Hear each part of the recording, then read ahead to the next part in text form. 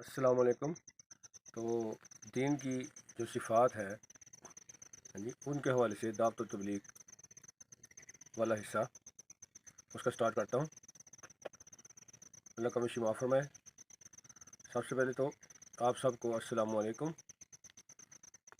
الحمدللہ اللہ تعالیٰ نے ہمیں مسلمان بنایا تو کچھ ہماری ذمہ داری بھی لگائی ہے۔ کچھ عبادات تو ہم نے خود کرنی ہے، ہمارے ذمہ ہے، نماز، روزہ، زکوٰۃ، حج وغیرہ وغیرہ۔ کچھ کا تعلق امت کے ساتھ ہے اور وہ بھی بہت ضروری ہے۔ جیسے کہ ہمارے علم میں ہے کہ ایک دور تھا، ایک واقعہ ہے کہ اللہ تعالیٰ نے فرشتوں کو حکم دیا کہ وہ فلاں آبادی پر جا کے تو عذاب نازل کر دیں۔ تو وہ جب گئے اس آبادی میں، اس بستی میں گئے، انہوں نے دیکھا کہ اللہ کا بندہ وہاں پہ عبادت کر اللہ کی، اور بڑی تندہی کے ساتھ اور بڑے خلوص کے ساتھ لگا ہوا ہے۔ کوئی وقت نہیں ہے جو اس کا مس ہوتا ہو۔ تو فرشتوں نے اللہ تعالیٰ سے فرمایا کہ یا اللہ، یہ تیرا ایک نیک بندہ وہاں پہ عبادت کر رہا ہے، تو آپ نے کہا کہ وہاں پہ عذاب نازل کر دیں۔ اللہ تعالیٰ نے فرمایا کہ اس کو صرف اپنی فکر پڑی ہے، کسی اور کی فکر نہیں کرتا، لہٰذا ساری بستی کو اسی پہ الٹا دو۔ تو اس کے اندر ہمارے لیے ایک میسج ہے ہمارے لیے۔ ہم آج کے دور میں عمومی طور پہ دعوت کا کام کرنا، لوگوں کو خیر کی طرف بلانا، لوگوں کو دین کی بات بتانے کی کا رجحان کم ہے اس وقت۔ حالانکہ یہ تو ہماری ریسپانسبلٹی ہے۔ قرآن جی میں اللہ فرماتا ہے، ہماری تعریف کرتا ہے اس امت کی، کنتم خیر امۃ اخرجت للناس تأمرون بالمعروف وتنہون عن المنکر وتؤمنون باللہ۔ اللہ تعالیٰ کہہ رہا ہے کہ تم بہترین امت ہو، اور پھر اس کی وجہ بھی آگے بیان کر رہا ہے کہ تم بھلی بات کو حکم کرتے ہو، برائی سے روکتے ہو اور اللہ پر ایمان رکھتے ہو۔ تو ہم بہترین امت ہو گئے، تو اگر یہ کام ہی نہ کریں تو پھر کس چیز کے ہم بہترین امت ہیں؟ ہاں جی، اللہ تعالیٰ نے کم و بیش 1,24,000 انبیاء کرام بھیجے، سب نے آ کر لوگوں کو اللہ کی طرف بلایا، اور ہمارے پیارے نبی آخری نبی ہیں۔ ان سے پہلے کتنے نبی آئے؟ حضرت نوح علیہ السلام نے 950 سال دعوت کا کام کیا، 80 یا 82 جو ہیں لوگ تقریباً ان پر ایمان لے کے آئے، باقی سب نے کام ہو گئے، وہی کامیاب ہوئے۔ اس طرح اور انبیاء کرام آتے رہے اور لوگوں کو دعوت دیتے رہے، تو آگے سے وہ مذاق بناتے تھے۔ اور اللہ کو یہ دعوت کا کام بڑا پسند ہے، خیر خواہی، دعوت کا کام، ایک دوسرے کے خیر خواہی چاہنا، یہ بہت پسند ہے۔ جیسے ہم دیکھتے ہیں قرآن مجید میں واقعہ اللہ تعالیٰ بیان کرتے ہیں کہ ایک ہدہد کو حضرت سلیمان علیہ السلام کہہ رہے ہیں کہ اگر وہ کہاں گئی ہے، مفہوم ہے کہ وہ کدھر گئی ہے، اگر وہ اس نے وجہ نہ بتائی، معقول وجہ نہ بتائی، تو میں اس کو نہ ذبح کر دوں گا۔ یہ کس کے متعلق کہا جا رہا ہے؟ ہدہد کے متعلق۔ آگے پھر ہدہد آتی ہے، آ کے بیان کرتی ہے کہ میں ایک وادی میں، ایک ملک میں گئی، وہاں جا کے میں نے دیکھا کہ ایک ملکہ ہے جو کہ مشرک ہے، سارا واقعہ بیان کیا، ہاں جی۔ اور پھر حضرت سلیمان علیہ السلام وہاں پہ خط بھیجتے ہیں وغیرہ وغیرہ۔ کہنے کا مطلب یہ ہے کہ ہدہد کا ایک آبزرویشن کو بیان کر رہا ہے اللہ تعالیٰ، جو شرک کے والے سے ہے۔ اس طرح ہم دیکھتے ہیں کہ ایک چونٹی نے خیر خواہی چاہی کہ چونٹیوں جلدی جلدی اپنی بلوں میں گھس جاؤ، کہیں بے خبری میں تم لوگ مارے نہ جاؤ، حضرت سلیمان علیہ السلام کو لشکر آ رہا ہے، یعنی خیر خواہی ہے نا، ہاں جی۔ اسی طرح ایک اور ہم سورہ یاسین کے اندر دیتے ہیں، وَجَاءَ مِنْ أَقْصَى الْمَدِينَةِ رَجُلٌ يَسْعَىٰ قَالَ يَا قَوْمِ اتَّبِعُوا الْمُرْسَلِينَ۔ شہر کے پرلے کنارے، مفہوم ہے آیت کا، شہر کے پرلے کنارے سے بھاگتا ہوا ایک آدمی آیا اور آ کے کہتا ہے، میری قوم کے لوگوں اتباع کرو ان کا، یہ مرسلین کا، انبیاء کا، پیغمبروں کا اتباع کرو۔ آگے مفہوم ہے مزید آگے کہ وہ تم سے کچھ نہیں چاہتے، وہ تم سے مال متاع وغیرہ نہیں چاہتے، تو یہ کیا ہے؟ خیر خواہی ہے، ہاں جی۔ اسی طرح اور بھی مختلف جگہوں پہ یہ چیزیں ہمیں نظر آتی ہے۔ پھر اللہ تعالیٰ خود بھی کہتا ہے، ادعو الی سبیل ربک بالحکمہ والموعظہ، ہاں جی۔ تو اللہ تعالیٰ تو ہمیں بار بار بیان کر رہا ہے، سمجھا رہا ہے۔ پھر نبی صلی اللہ علیہ وسلم نے ہاں جی کہا، فرمایا، جس کا مفہوم ہے کہ پہنچاؤ چاہے ایک آیت ہی کیوں نہ ہو، پہنچاؤ چاہے ایک آیت ہی کیوں نہ ہو۔ اور پھر ایک اور جگہ نبی صلی اللہ علیہ وسلم دعا دے رہے ہیں، سر سبز و شداب رہے میرا وہ امتی، جو میری بات کو سنے ویسے ہی یاد رکھے، دوسرے تک پہنچائے، ہاں جی۔ حدیث قدسی ہے، اس کا مفہوم یہ ہے کہ اے اللہ تعالیٰ فرماتے ہیں، نبی صلی اللہ علیہ وسلم فرماتے ہیں کہ اللہ تعالیٰ اس حدیث میں کہتے ہیں کہ اے میرے بندے، تیری چاہت ہے ایک میری چاہت ہے، اگر تو اس میں لگے گا جو کہ میری چاہت ہے تو میں تیری چاہتوں کو بھی پورا کروں گا، اگر تو اس چاہتوں میں لگے گا جو کہ تیری چاہت ہے تو تجھے تیری چاہتوں میں کھپا دوں گا، تو ہوگا پھر وہی جو کہ میری چاہت ہے۔ اب اس کی ورڈنگ محسوس کریں، دیکھ کیسی زبردست، اس میں وزن کتنا ہے اس ورڈنگ کے اندر۔ تو بات یہ ہے کہ ہمیں دنیا میں رہنا ہے اور ہم نے اللہ تعالیٰ کے احکام پورے کرنے ہیں، ہم نے لوگوں کو خیر کی طرف بلانا ہے، اور ہمارے جتنے بھی انبیاء کرام تھے ان سب کا یہی کام تھا کہ وہ خود بھی نیک عمل کرتے تھے اور وہ ساتھ بلاتے تھے اپنی جو قبیلے کے لوگ ہوں، اپنے علاقے کے لوگ ہوں، ہاں جی، جن کی طرف ان کو مبعوث کیا گیا ہو، ان کو وہ بلاتے تھے اللہ کی طرف۔ اور یہی بیسک مقصد ہے دنیا میں آنے کا، کیونکہ ہمارے پیارے نبی آخری نبی ہیں، اب آگے بعد کوئی نبی تو آئے گا نہیں۔ ہمارے پیارے نبی خاتم النبیین ہیں، ان کے بعد جب نبی کوئی نہیں آئے گا تو آپ صلی اللہ علیہ وسلم والا کام کون کرے گا؟ آپ صلی اللہ علیہ وسلم محبت رکھنی بہت اچھی بات ہے، رکھنی چاہیے، آپ پہ درود بھی بھیجنا چاہیے، آپ کے سنتوں کو پورا پہ بھی عمل کرنا چاہیے، ان سے محبت رکھنی چاہیے، لیکن جو آپ کا کام ہے بیسک کام، وہ تو لوگوں کو خیر کی طرف بلانا تھا، وہ تو ہم کر نہیں رہے، بحیثیت مجموعی امت تو نہیں کر رہی، وہ ہمیں کرنا بڑا ضروری ہے۔ دنیا سے دیکھو، ہمیں تو اپنے ساتھ محبت بھی نہیں ہے، اپنے آپ کے ساتھ، بلکہ ہمیں اپنے ماں باپ کے ساتھ بھی محبت نہیں ہے۔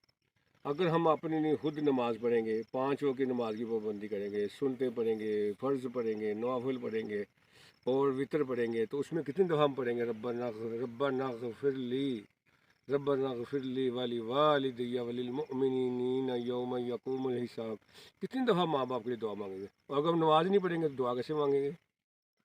اور ویسے دنیا کے جمیلوں میں ماں باپ ویسے تو یاد ہی نہیں آتے، شروع میں آتے ہیں یاد، 6 مہینے سال بعد میں دنیا کے جمیلوں میں پڑ جاتے ہیں ہم لوگ۔ تو ہمیں اپنے ماں باپ کے ساتھ محبت کرنی چاہیے اور عملی طور پہ کرنی چاہیے، ان کے لیے کچھ کرنا چاہیے، ان کو کچھ روزانہ کی بنیاد پہ گفٹ بھیجنا چاہیے، روزانہ کی بنیاد پر اپنے والدین کو گفٹ بھیجنا چاہیے، اور اس میں ایک بہت بڑا گفٹ یہ ہے نماز کے اندر دعا مانگنا ان کے لیے، نماز میں دعا مانگیں گے، وہ ذکر میں بھی یاد رکھیں گے ان کو۔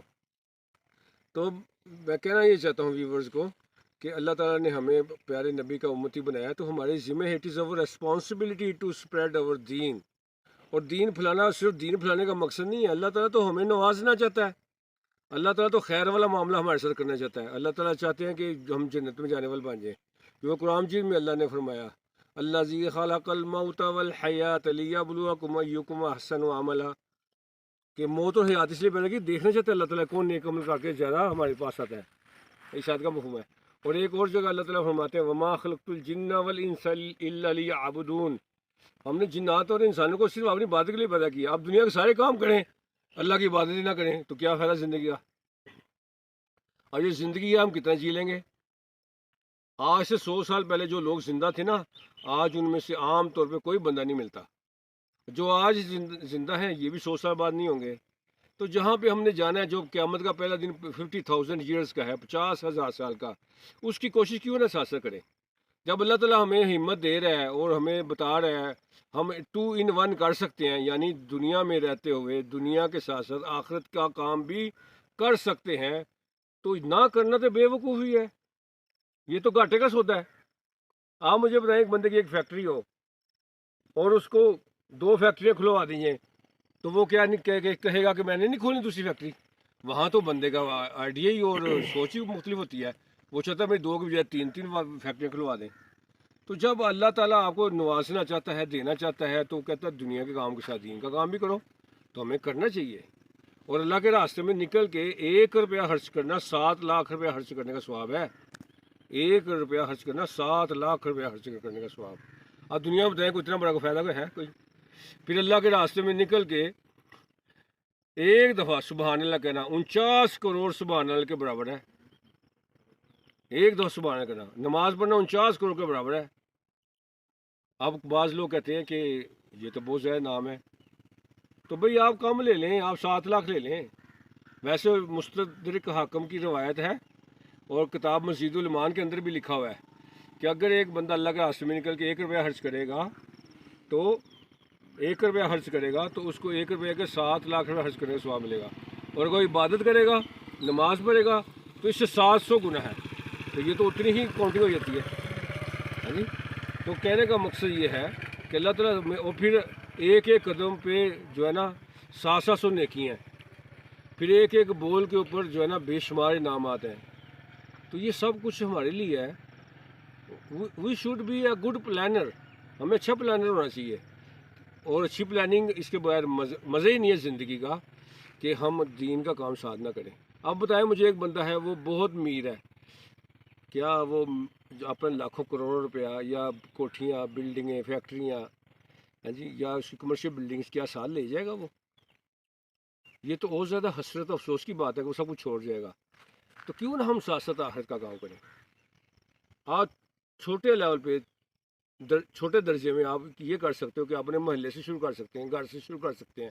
پیار محبت سے گھر والوں کو دعوت دیں نیکی کی, ان کو نماز کی دعوت دیں, صلہ رحمی کی دعوت دیں, والدین کا احترام کرنے کی دعوت دیں. اور اللہ توفیق دے تو تبلیغی جماعت میں بھی وکل لگائیں.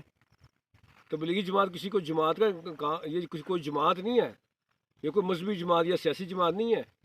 یہ تو عین ہمارا دین کا کام ہے جو کہ اللہ تعالیٰ ہم سے چاہتا بھی ہے.